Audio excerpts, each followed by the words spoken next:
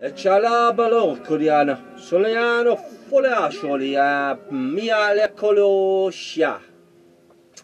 In Elsa, that means hello and welcome to Michael's shed. Are you rated to repair the M3 tactical helmet, Rico? Guys, Sir, no, sir. what a film, ahead of its time, well ahead of its time. Guys, welcome to Mike's shed. Welcome back. Now, I've got a few things, you know, I'm going to be quite modest about this. But let's start off with this little selection in front of me, kindly given to me by John. Thank you, John. Do appreciate it. And it's a really nice collection of stuff here, of movies. I'm going to start on the movies. And we're going to start off with a Bond special DVD. Really nice little bit of artwork there on the cover. So that's a special. So that'll probably cover most of the films, probably information and whatnot. Unscathed, as I imagined it would be. Then we're going to follow this by a Casino Royale. Probably one of the best Daniel Craig's, in my humble onion, but yeah, good movie. I don't own it already, so that's pretty good to have that as well. And yeah, it actually surprised me how long ago this film came out, because I felt like I'd watched it probably 8 or 9 years ago, and it's nearly like 15 years old, which actually kind of blew my mind, to be honest, because I went pictures to see that.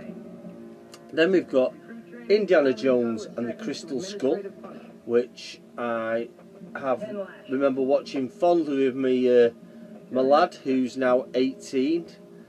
Wow. And we really enjoyed watching this movie together. It's a fantastic movie. I don't think it's as bad as the critiques say. I think it's pretty good, actually. Some good bits in it. Then we go on to the more darker realms of the Indiana Jones series, and it is the Temple of Doom, which is kind of weird, to be honest with you. I watched it last Sunday or Saturday, I can't remember when it was now, and it was actually a lot darker than what I remember, to be honest. And I'm not on about the heart removal bit, I'm on about just in general. It's kind of weird, but fun all the same, So we've got Temple of Doom, which is really good to own. I think I've got it somewhere. I might have a box set in the house. And then I'm going to move on to Terminator 3, which I'm going to be honest with you, I don't remember much about this, to be honest. They introduced the female Terminator, which I've not seen anything of the actress since, because I actually thought she was, you know, quite a striking actress, to be honest with you, and I thought she'd been in a lot more stuff. I might be wrong. Hollywood wise, I've not really seen her about at all since this, but that's Terminator 3.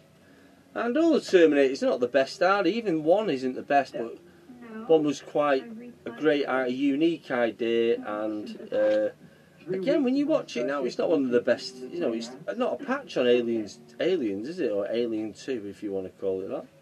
Then we move on to Terminator Salvation, the Christian Bale one, and Sam, what's his bloody name now? Sam. Oh, guys, I'm not going to try and read this, but you know, I do like him as an actor, to be honest with you. Sam Worthington, who is of Avatar fame. Don't you love that? Remember that on your old VHS in the video shops? I don't know, what was the guy who played Elliot in E.T. of E.T. fame, when he tried to make any other movie after that? It was probably straight to video. And then moving on from that, we've got an absolute Blake Edwards bundle of visual artistry, and that is Blake Edwards' Pink Panther collection, which I'm not going to lie, I have not seen these I've not watched a Pink Panther movie, and it could be since I was at school, so we're going back 30 odd years ago. And I remember, so in here we've got the Pink Panther, a Pink Panther Shot in the Dark, Pink Panther Strikes Again, Revenge of the Pink Panther, and Tale of the Pink Panther, and it's a really lovely box set, really lovely, if I open it the right way around. And you know, what I liked about these Blake Edwards films, the guy had a really nice way of filming stuff. Now, he did a film with Bruce Willis, I'm sure he did, and it might be the one with Meryl Streep, and is it Michelle Pfeiffer? I can't remember now, I actually can't remember. But there's certain bits in that where he had a real thing for the camera panning. I love camera panning in movies, and the camera would just slide around the room, and it was almost part of the humour and the design of a Blake Edwards movie. And when he did it in this Bruce, I'm sure it's a Bruce Willis film, I remember thinking, shit, it was like a Blake Edwards movie. And I checked I didn't even know who the director was. It was Blake Edwards. Was it Love Her to Death or something like that? I can't remember now. It could be a Blake. It's the one. I think it's the one where Meryl Streep falls down the stairs and her head's back to front. And I can't, for the love of the money, even though I love that film, I can't remember the name of it. So yeah, it's a Blake Edwards collection there, and it's pristine condition. But it's just really nice to have, and I'd be happy with that in any condition, to be honest with you. So yeah, Pink Panther collection. How many of you are familiar with Pink Panther? Growing up as a kid in the 80s and that, I absolutely loved it. And I'll finish this off. This is the last DVD I'm going to show you, and this is Carlito's Way, which is a great film. And I'm going to level with you, I absolutely fucking hated, what's his face in this? Okay now. 1 minute. The guy married to Madonna. His brother Chris unfortunately passed away. He was in Reservoir Dogs. Sean Penn. I absolutely couldn't stand him in this. But it made it part of the film. He played an obnoxious character, but for some reason with Sean Penn, he's just one of them characters. When he plays an obnoxious character, you can't help but think it's kind of him in real life. And I hope I'm wrong. Even in Colours, he was such a cocksure cop, wasn't he? And he used to wind me the fuck up, to be honest with you. Even Robert Duvall in Colours fucking wound me up a little bit. He was another one who so fucking big-headed. But yeah, must be a sign of great movie making. But that's Carlito's Way. So yeah, really pleased to have that as well.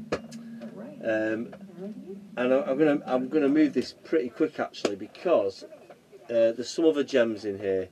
And I don't know if any of you remember, I did say it was coming to send a DVD, and just remember I've got a bundle on this side of the table as well. In this same bundle off John, and I don't know if you remember, fucking hell man, what's the name of the Thornbirds? The Thornbirds hit, you know, what a scenario that was to be in, eh? But with Rachel Ward, yeah, what a trooper, poor bastard. Around that time there was another series out on, it's probably Lorimar or something like that, but it was actually quite graphic and quite shocking, and that was Shogun. Because I remember this being on around 8 o'clock at night or something like that, and the one thing that sticks in my mind is when they first get to Japan, they get captured from what I remember, and they fucking basically just boil a guy alive. They fucking boil a young lad alive.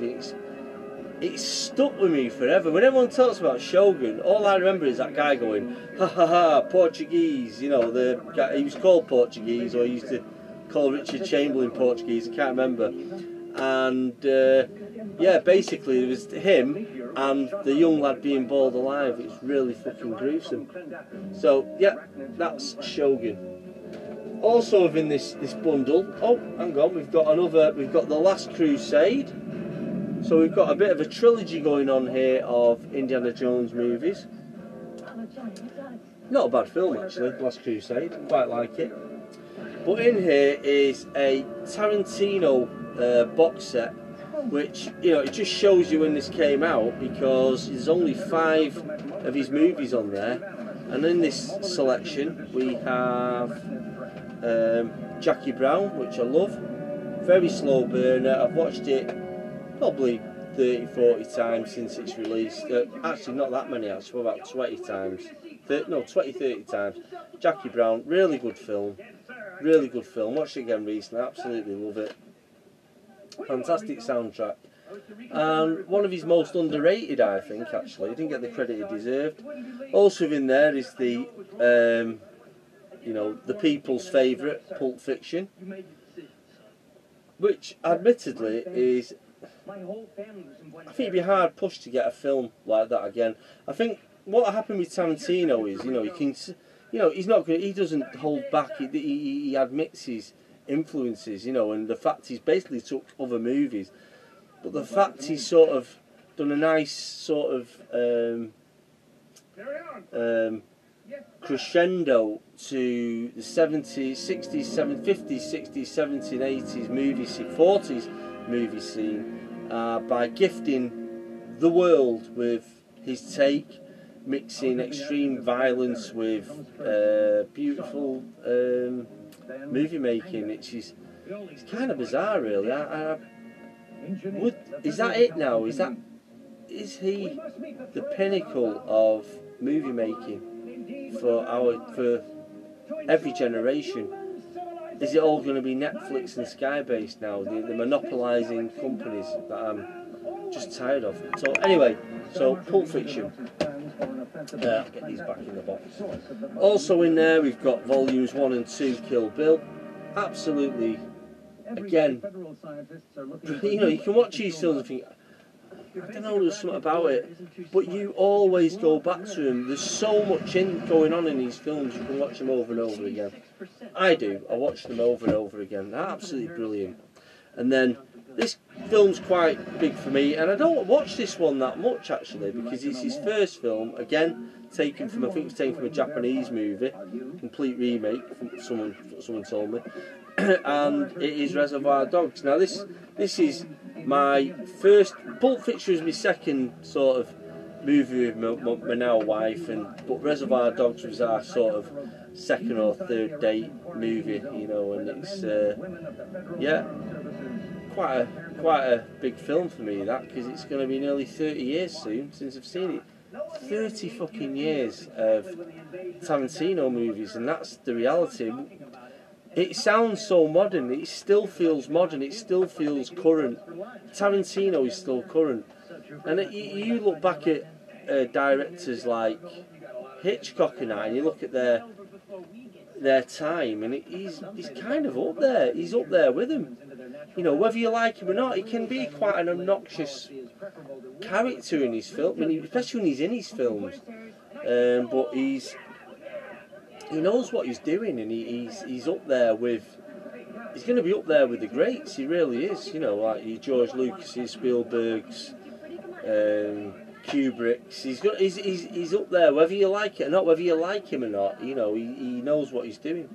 So yeah, that's the Tarantino collection box set. So that's my films, and I'm going to quickly, and not keep you much longer, move you on to some games. Now, basically, I bought this. I've been after this a while. I wasn't sure what I was getting for my money. I've never bought it because I've always thought, you know, I've got a Mega Drive and whatnot. And I went out and I bought Sega Classics, right? And the reason I bought this is because on the back, the Outrun and Monaco GP, which Monaco GP I was never into. In fact, I probably played it once or twice. I'm talking years ago. Maybe even, if it was on arcade, maybe arcade, I can't even remember. But the game I actually bought is for, my favourites on it, Outrun. I was just looking at the graphics, looks amazing. I'm thinking, well actually, I wonder if this is arcade. But it was the Space Harrier that sold it, because it looks absolutely fucking ace. And I've never been satisfied with a Space Harrier today other than the arcade. To this day, I've never been happy with any Space Harrier. I'm hoping it's what I think it is. So, Sega Classics there. Also, now I bought this. I actually sold this at one of my events to keep the crowds happy because no traders turned up. And I think it's the same game, but for some reason the one I had was called Strikers. And this is 1945, 1 and 2, the arcade game. Absolutely brilliant game. Brilliant shooter. Absolutely love this to death. It's on Play It, and I'm pretty sure Strikers is exactly the same thing. Why? I don't know. Why it had to have a different name. I don't know. Legal reason, I haven't got a clue. I actually don't care. Anyway, I love the game. Yeah, 1945, 1 and 2. Whether that is part of Capcom or not, I don't know. Or whether it's just someone's name. You can take any date, can't you? Copyright any date. They got 20th Century Fox and whatnot. Okay, then I also clapped eyes on this in a store and had to buy it. Again, I've had it before, sold it. I think I had this on me, maybe on my Dreamcast actually, and that is Blaze Blue. And it's got a manual. I don't care about manuals. It just feels like it looks nice when you open the box, doesn't it? You know, you feel like, hey, I've bought a game, other than, hey, I've bought a disc in a case. So yeah, Blaze Blue. The game looks fantastic. I think I played it on me when I had it on me, whatever I had it on. I played it once, and then I traded it in like I did with everything else. I trade them in within weeks. So impatient, no patience. I'm still the same now. Blaze Blue. And then finally, one that I did get that I have been sort of sniffing around for a while. I've never seen it at a fair enough price, never bought it, and for some bizarre reason they had it quite cheap. And I bought this on the basis of being a bit of a fan of Dungeons & Dragons and Warhammer and all that, and that is on the PlayStation 2, Goblin Commander. And this looks great, to be honest. It actually looks like I'm hoping it's not complicated. I couldn't even get Commando. I didn't know how to work Commando on the PS2, so I'm hoping this works a lot simpler for a muddled old brain in a guy like me. And that is Goblin Commander. Gutting, there's no instructions. I think it's a game you need the instructions with, but and I wouldn't read them anyway. But I love the artwork. I love the fact it's, you know, Warhammery, and I'm looking forward to playing. This is by Jellicoe, and Jellicoe used to do a lot years ago. I was quite surprised he'd make a game like this. We're very arcadey Jellicoe, if it's the same Jellicoe. I'm sure it is. But yeah, and that's Goblin Commander. And guys, that's me done. That's me done. And I will be back very, very soon. I probably said that before, but you know, I go with the flow. You know, it's when I can. But it's a pleasure to have you guys drop by the shed. You're always welcome. There's always something here going on. We have the, you know, interesting artifacts and shows in the background, like the interesting Starship Troopers. You know, what a film. So guys, thanks again. Thanks for stopping by. I'll see you all soon. It's been great having you in my shed. Take care. Bye bye.